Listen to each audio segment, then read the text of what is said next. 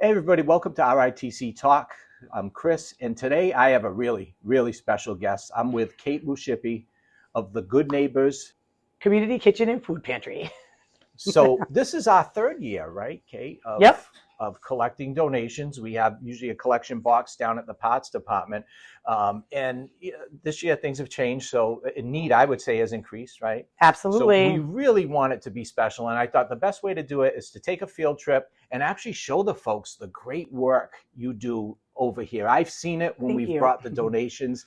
And I've left here really thinking that it really is a special place. I want to collect a ton of food for you guys. So talk a little bit about to the audience about what you guys do here.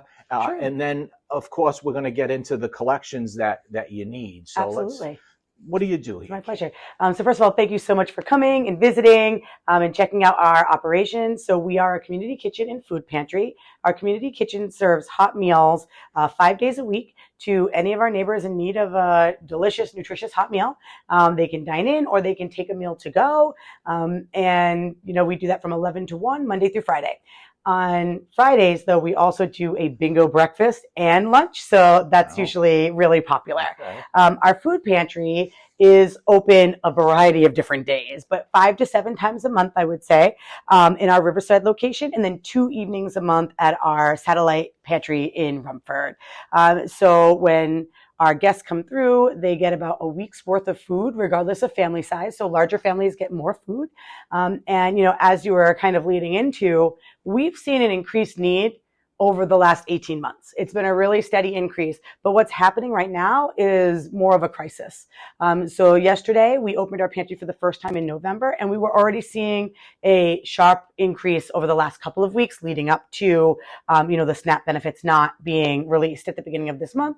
And yesterday we had almost double the number of people or households that we usually have come through, and we're doing our best as an organization. We're here through the good times and the bad, through the crises, and also, just our neighbors that have a chronic need or have a once-off need. We're here to provide food, but this time we really, really need our community to come together, because as a community-based organization, we rely on our community. We have 2 staff and about 130 volunteers. So we're as community-rooted as you can be, which makes a lot of our guests really comfortable to come here. They get a dignified experience. They choose their own food. But at the other side of it is that, when we have a time of need like this, we need even more community support than we already have. Right. And, and being right over here in Riverside, Rhode Island Truck Center, Freightliner Isuzu, Joe, our general manager, he really cares about the local community, which is why we chose Good Neighbors, because you are our local you're our local food pantry and kitchen. But, I'll tell you and I've been putting up the footage of my walkthrough just so folks can see. Awesome. Then a lot goes into this. But, I was thinking about, need, right? Mm-hmm. Need. Sometimes there's a stigma attached to it. But I'm going to tell you what I noticed, Kate, as I walked through the few times I have is, when I see the line. I see the line. And when I look in that line, I'm in that line. Mm-hmm. My neighbors are in that line, right? Absolutely. My friends are in that line. My family, so to speak, are in that. Any of us are only an unfortunate event or two away from needing the help. Yep. So while we can help, we should. Yeah. And that's why I want to collect. So I'm, reaching out to our customers, our employees, to collect as much as we possibly can. Yeah, absolutely. And right through the Christmas holiday, right? Because it doesn't end on Thanksgiving. It doesn't, absolutely. And just to speak to that for a moment, I've been the executive director of Good Neighbors for just shy of 3.5 years.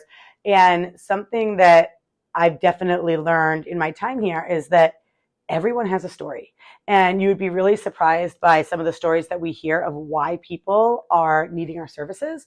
And so I really appreciated what you just said about there is a stigma attached to anybody that needs any basic needs, but it shouldn't be there, right? Because we are all just, one emergency, one crisis, one accident away from being in the same position. And a lot of people that come here, they only come here a couple times a year. They don't have that chronic need. And then we also have a population of people that do have the chronic need. But the story that I give sometimes is that I actually hear very, very often here pre-SNAP crisis is, you know, somebody like a nurse or someone that has a high level or a high paying job, you know, they had a car accident and now they're on TDI and now they're just unable to bridge the gap between the bills that they have, the mortgage that they have that, you know, aligns with their career. But, you know, all of a sudden just something happens and now they need our help. They need to get groceries here because they need to make sure they can pay their mortgage or pay their rent. So that's the more common story. Yep. Absolutely. Yeah. So that's why I wanted to come down today. Yeah. I want folks to see that this is, you know, it's you, it's me, it's anybody. Absolutely. We could end up in that line. So yeah. while we're not in the line, let's help supply the line. You know, exactly. And Good Neighbors has been around for 35 years, and that is how it has worked.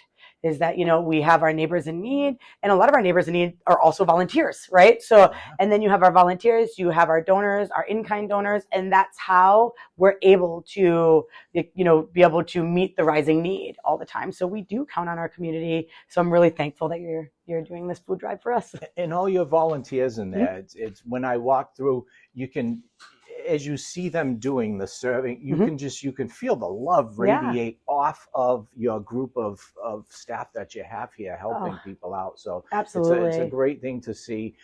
So what I've done is we have a community involvement page on our website. I'm going to put a link to that in the bio of this video. Fantastic. And I'm putting the list you gave me of the items you most need, so folks can look at that. Thank you. Now, at Rhode Island Truck Center, we are off the beaten path a little bit in the industrial park on Amaral Street, but I'm also going to provide the address here because if folks can't make it to where we are, just bring the donations here.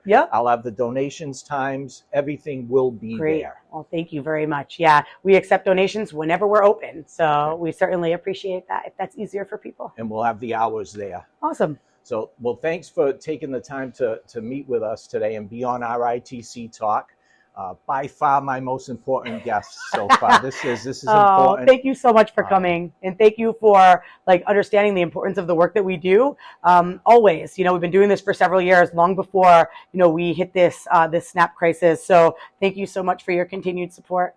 Well, we appreciate you here. So so folks, just take a look at our community involvement page so you can see what's needed here, how to donate, where to drop off. And tune in next time to RITC Talk, unscripted conversation. This was unscripted. You were certainly was. Perfect. All right. Thanks, Kate. Thank you.